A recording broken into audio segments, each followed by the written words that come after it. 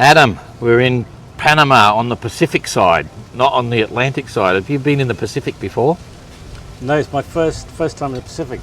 Yeah, Okay. So when the boat went in, I touched the water and asked the Pacific to look after me for the next few months. Makes sense. Okay, so a few little hassles getting here, and now we've got the protests, and now we've had to delay the start of day. How are you feeling? You comfortable? You sort of settled? Yeah, it's great to be back on this side, or across to this side, yeah, there's always going to be some logistical problems getting through Panama, I think. So we're here now. We've just got 2 more to come. I'm pretty much ready now, so I've got a couple of days left to do sort of final tweaks. I want to go out for a test sail tomorrow, so I'm happy and I'm provisioned up, and I've got very little else to do. Test sail's always comfortable. When you've got time for a test sail, it means things must be looking good. Yeah, yeah. It's nice to have the chance to do that. Yeah. Yeah. So when you left Lanzarote, no, in fact, when you left Lagos, everything was all new and fresh, and you were keen as a bean, fired up, and then you left Lanzarote, and you go straight into your broken ribs. Yeah. Right, which was a bit of a downer. Yeah. But how did you feel for how did you wrap up? How did you feel in Antigua going from Transat, getting ready for MGR? You know, like did the broken ribs sort of upset you? Like unsettle you, sort of thing? I think it more than anything, it just taught me a lesson to be more careful. Yeah. And everybody said, keep the boat together, keep yourself together, and I failed to keep myself together. So it was a really big lesson, and I think, maybe I was unlucky to break ribs, but maybe I was lucky not to do something a little bit more serious. So I definitely took a lot of lessons. For about a week after I arrived in Antigua, I definitely, if you'd said, we brought the start forward and you've got to go tomorrow, I think I would have struggled. But just gradually, things started to knit together. My ribs got better, no longer taking any painkillers. I got checked out by the doctor in Antigua, and within a week before we left, I was feeling strong and ready to go. Yeah. Okay. And so I saw some of your onboard footage, for the Transat side, and you were a bit down there for a while, which is understandable, I suppose. And you're a long way from home, so Yeah. then you get in. How did you travel for the first leg? You know what I mean, like sailing wise, free of injuries. But how did you cope with all that? Yeah, it was a bit strange, because after the first couple of days, I thought, why am I enjoying this so much more than I did when I was sailing before? And just that sort of dull pain, or that inability, that lack of flexibility when you're carrying an injury, had gone, and I was much more mobile around the boat. And if I was thinking about a sail change, I just did the sail change. I wasn't sort of struggling to get in and out of the cockpit. So it was just a different experience. Yeah. And I found the sea state a lot easier in the Caribbean Sea than the Atlantic. Yeah, you were the only one that went north to stay in with the current stream, which might have given you more comfortable seas. Because you heard what happened to the others. Yeah. So there was a two-prong approach, really. It was a combination of missing out on the more rough seas around the headlands at Colombia, and also getting the current. I'm used to sailing around UK waters, and it's particularly on the east coast, it's very tidal all around the UK. So you're used to 6 hours of fair tide and 6 hours of foul tide, and when there's a current that runs in the same direction permanently, it's pretty cool. And it was strong enough that it was worth a bit of a detour and put some extra miles. I think I did perhaps a few more miles than anybody else did, but I got some really nice current. Yeah, I think I was happy to see you up there just to see the difference in the course. Yeah. And at the end of the day, I don't think you lost anything because of it. I think you probably gained a little bit and maybe had a more comfortable ride. Yeah, it's difficult to say. There was one point I started getting quite excited because we were flying along, and then the wind dropped. I think the wind dropped for all of us, but it dropped and my boat speed slowed up when I started heading south. But it was it was really nice conditions. When that current was running strong, the sea state flattened even more. and it was a really pleasant 5 or 6 days. Yeah. It was really nice. Yeah, that's cool. So you well and truly settled into the boat. Are you having fun? You know, like... Yeah, I think it's sort of just getting miles under the belt, and the more time you spend on it, the more fun it becomes, the more confident you get with how to make changes to make the boat go faster. Start settling into understanding you're in a race and getting a bit more relaxed about seeing where other people are, maybe becoming a little less frantic about that. And yeah, I'd say my biggest struggle at the moment is the heat. I've just got myself a sunshade, which when in light winds, I'll try and put out in the cockpit. But I found the cabin to be pretty difficult during the middle of the day, and it was a bit too sunny in the cockpit. So that was my biggest struggle, was dealing with the heat. Yeah, maybe that's what I was seeing when you're on the other side as well, because you're definitely slowing up a bit. You're not the typical POM, you're not the typical sort of English, this, that and the other, but I could definitely think of, see you thinking, oh, you're contemplating, you're deep and meaningful. You're finding it a bit strange now, because we do the Transat, it's the Atlantic, and then the first leg of the MGR, it's just a quick, short one, a lot of fun. Now you're actually sailing a long way from home. Do you feel any of that? Like you're sailing away from home deep into the Pacific and things, something like that? I think that probably that dawned on me more strongly than anything. I've never been to Central or South America, and I sailed into Panama in the dark at about 3 in the morning, and I could just see the outline of Central America, and that really did make the penny drop that I was an awful long way from home. Yeah. And I'd sailed this little boat all the way from Europe, and I don't think I'll feel any further away from home than I am. I'm sure when we go past Australia, that's for all of us Englishmen, that's obviously about as far away as it gets. But yeah, you're heading home then. Yeah, then you're heading home. So yeah, it's a long way, but I don't think that feeling will get any worse. Yeah. In fact, I asked the Aussies that, and I put it straight to them. I said, when you guys get to Fiji, you're going to start sailing away from Australia. What's going to happen? And a few of them thinking, it's going to be hard. It'll be so easy to go down, but for you, it'll be easier. This is your challenge bit. Yeah. There's no point that I would want to duck out. So yeah, it's all the way back to Antigua for sure. Absolutely. So living on board in the heat, interesting. You bought a sunshade. I think I'd do the same. It's pretty oppressive, eh? Yeah. So are you worried about that? Like, this could be 40 days or something, and I think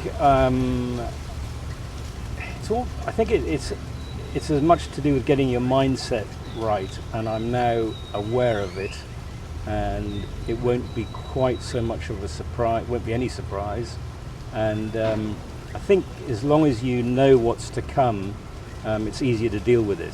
Yeah. I'll try and spend some time under a shade, try and get some ventilation into the cabin as much as I can.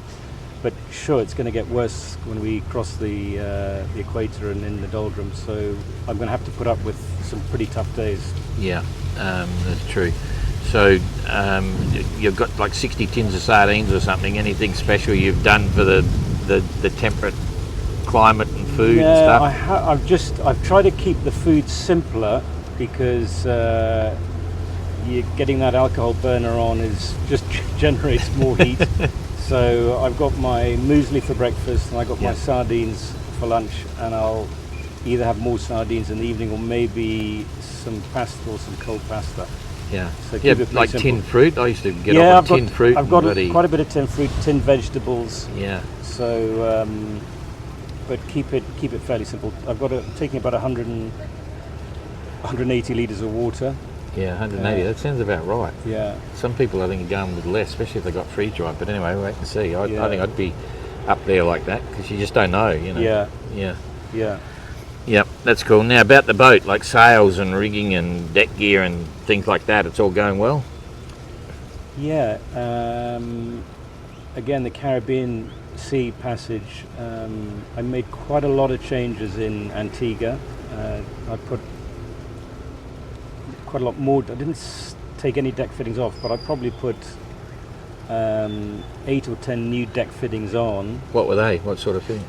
Mainly cam cleats, just in various different places, and more blocks for sheets for the asymmetrics.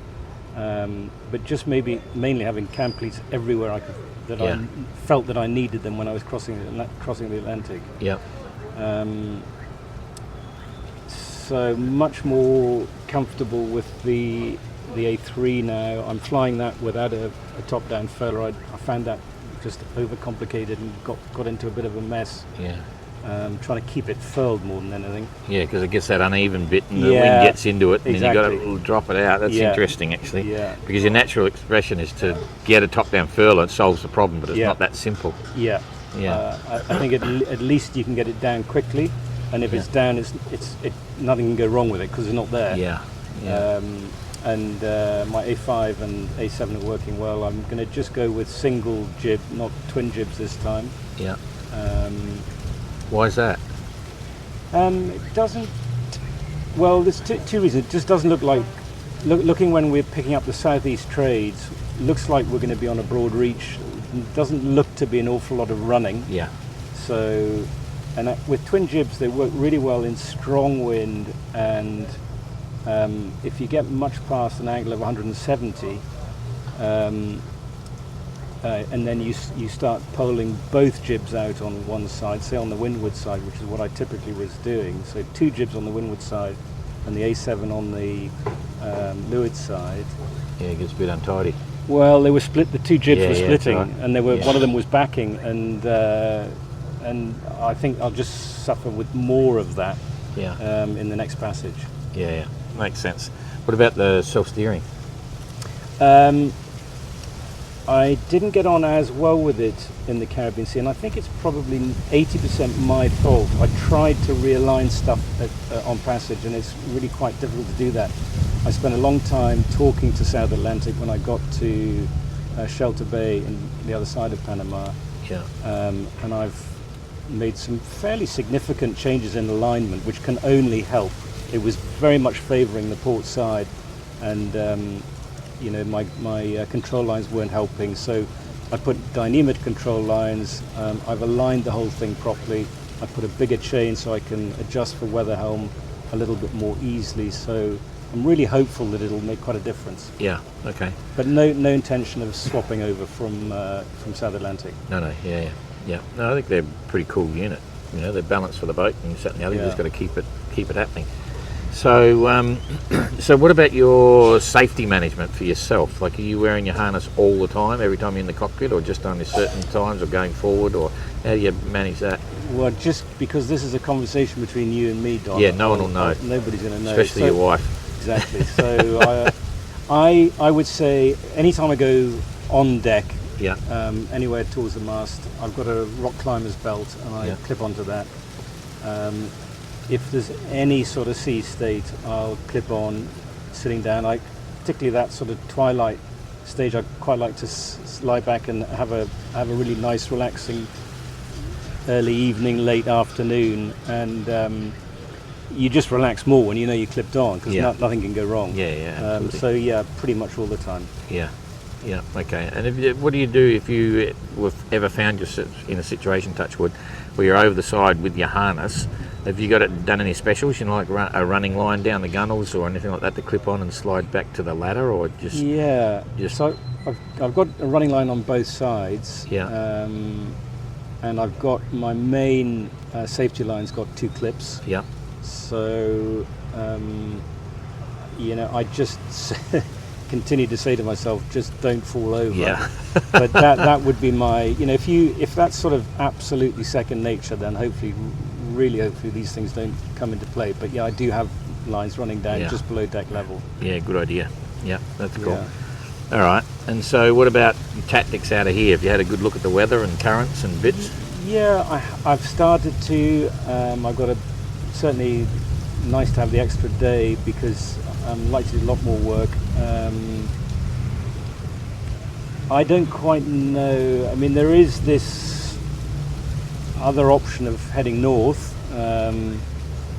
I'm really always quite keen to do my own thing, Yeah. but it has to be for good reasons.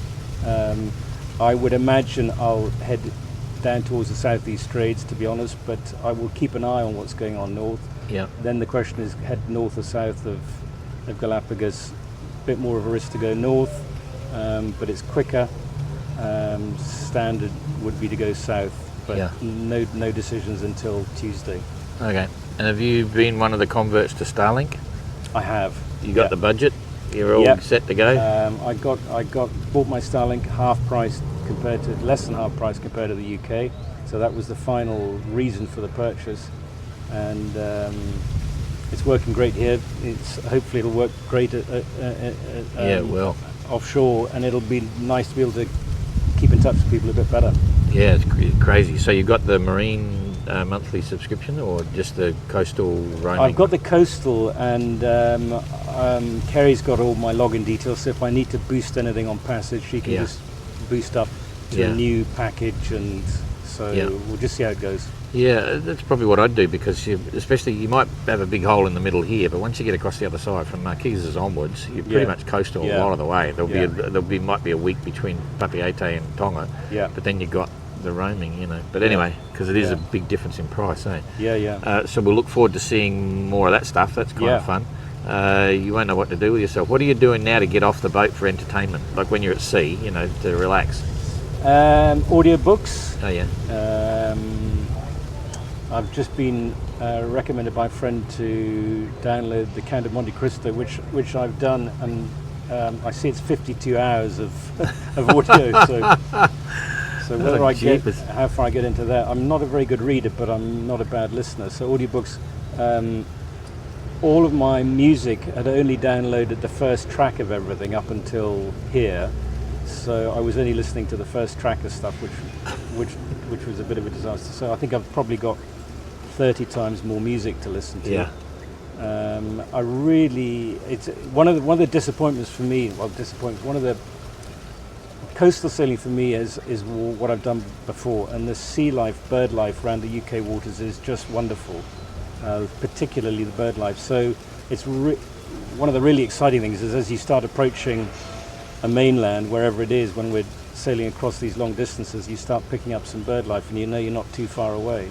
So Yeah. I really like watching out for bird life and any sort of sea life. Yeah.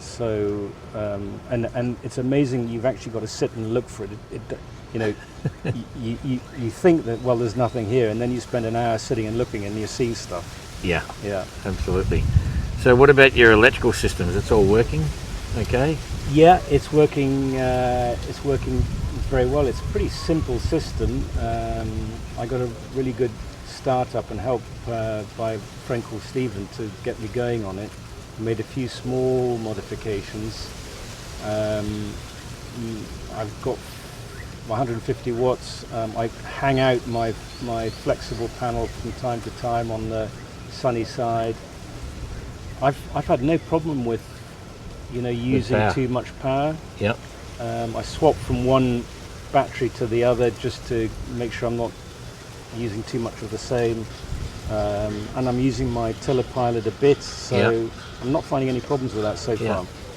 So you're healthy? You're feeling younger? You're feeling, you're feeling as if, wow, I'm living life, Yeah.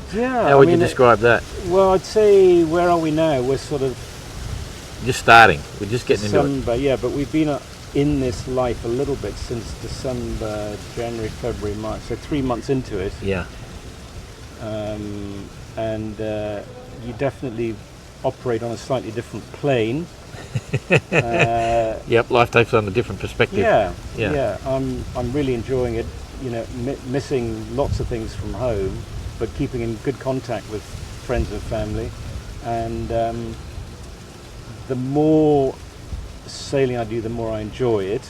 I'm certainly apprehensive about maybe 50 days at sea, but that's what we signed up for. Yeah. And it's one of the longest. Is it perhaps the longest passage? Single Yeah, passage? this is a big one. It'll be you look back differently when this one's over. Yeah, I wouldn't say it feels like we're halfway there, but it's a really nice one to tick off. Yeah, absolutely. Yeah. Yeah. All right. So you're feeling younger. You're feeling vital. How's the body coping now that you haven't broken ribs? But like personal hygiene and all that sort of stuff in the heat. You reckon that's going to be a challenge? Yeah, I just use a lot of salt water, buckets of salt water to keep cool. Yeah. I've tried putting t-shirts on during when I'm outside, but I find that a bit uncomfortable. So I tend just to tip buckets of water. I mean, when we were Caribbean Sea, you could use a lot of fresh water because we didn't need a lot of fresh water, yet we carried a lot. I think it's sort of second nature. You just got to you can't let any niggly thing take over, otherwise it's going to get worse. So you just make sure you keep yourself right. Yeah. Yeah. So, and your comms routine, now you got Starlink, it'll turn it all on upside down, but you're calling home every day, or things like that. What are you doing? Did virtually no calling across the Atlantic any time. Because you like that? You preferred to be? Because we were calling Graham Cox, which probably took half of my 3 minutes, and then they were crazy calls. Yeah. The rest is I'm keeping for emergencies. Not that the phone would stop working, but it is a really expensive. My brother called me and he said, chatted to me for 5 minutes and it was 40 quid or something. So it is incoming is a nightmare. Incoming is always so.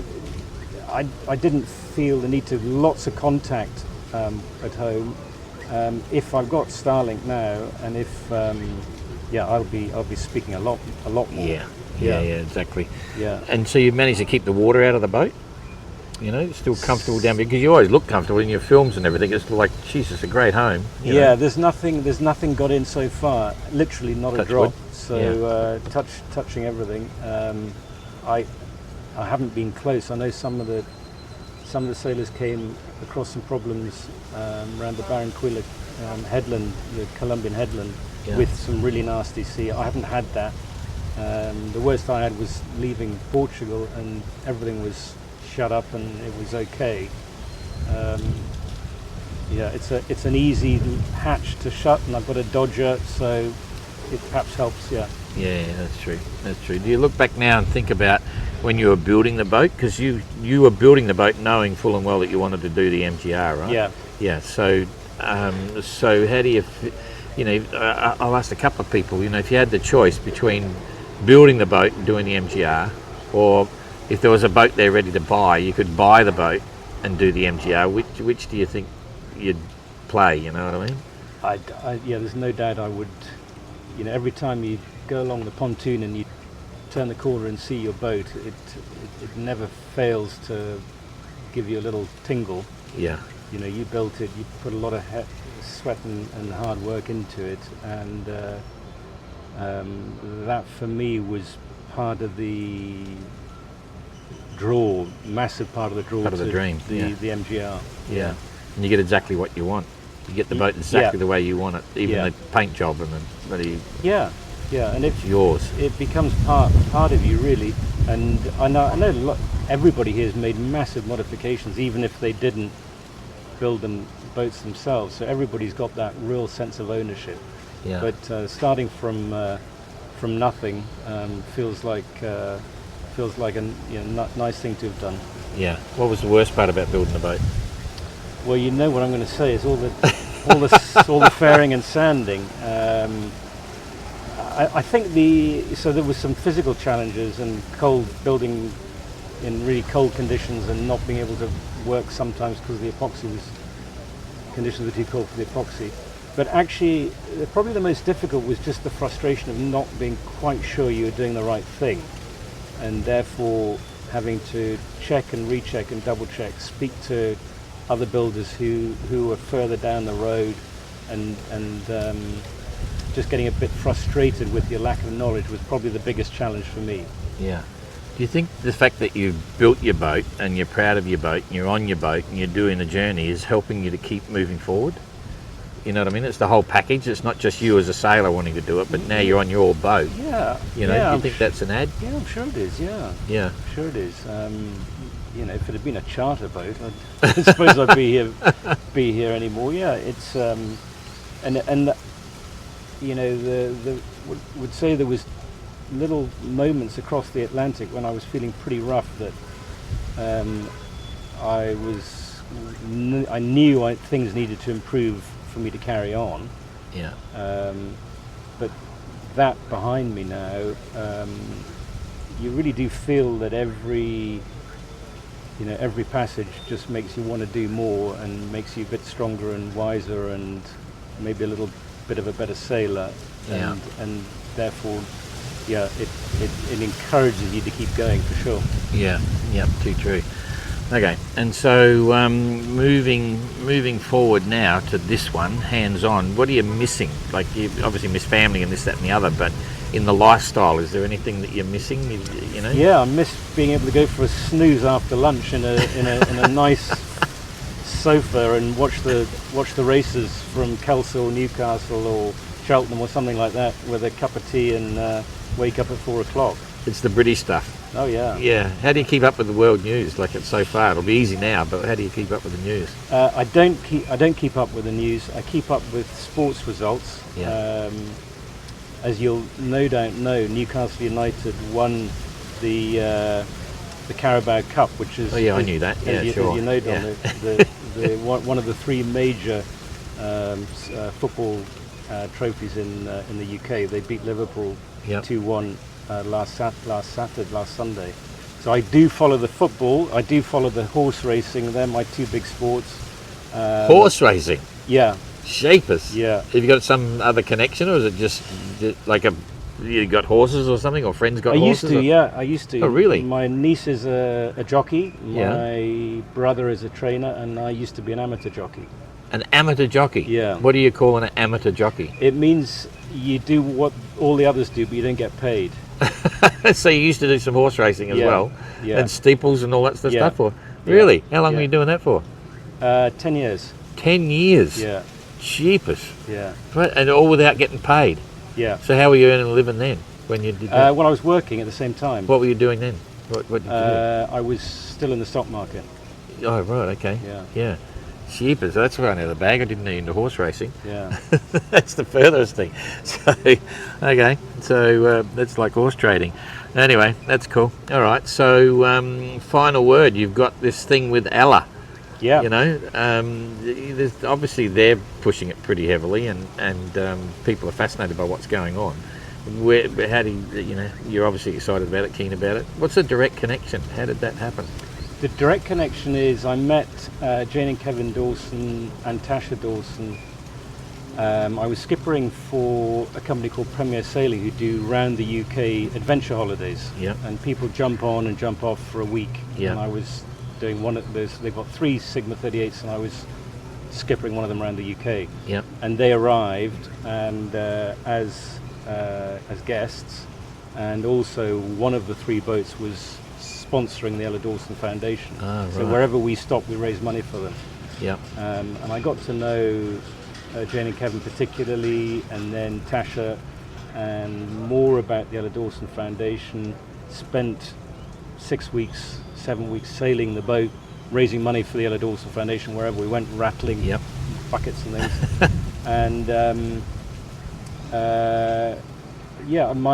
I've got a direct connection in that my mother lost her brother age 7 from leukemia. Okay. Obviously I never knew him, but her brother Richard when she was 11 and he was 7.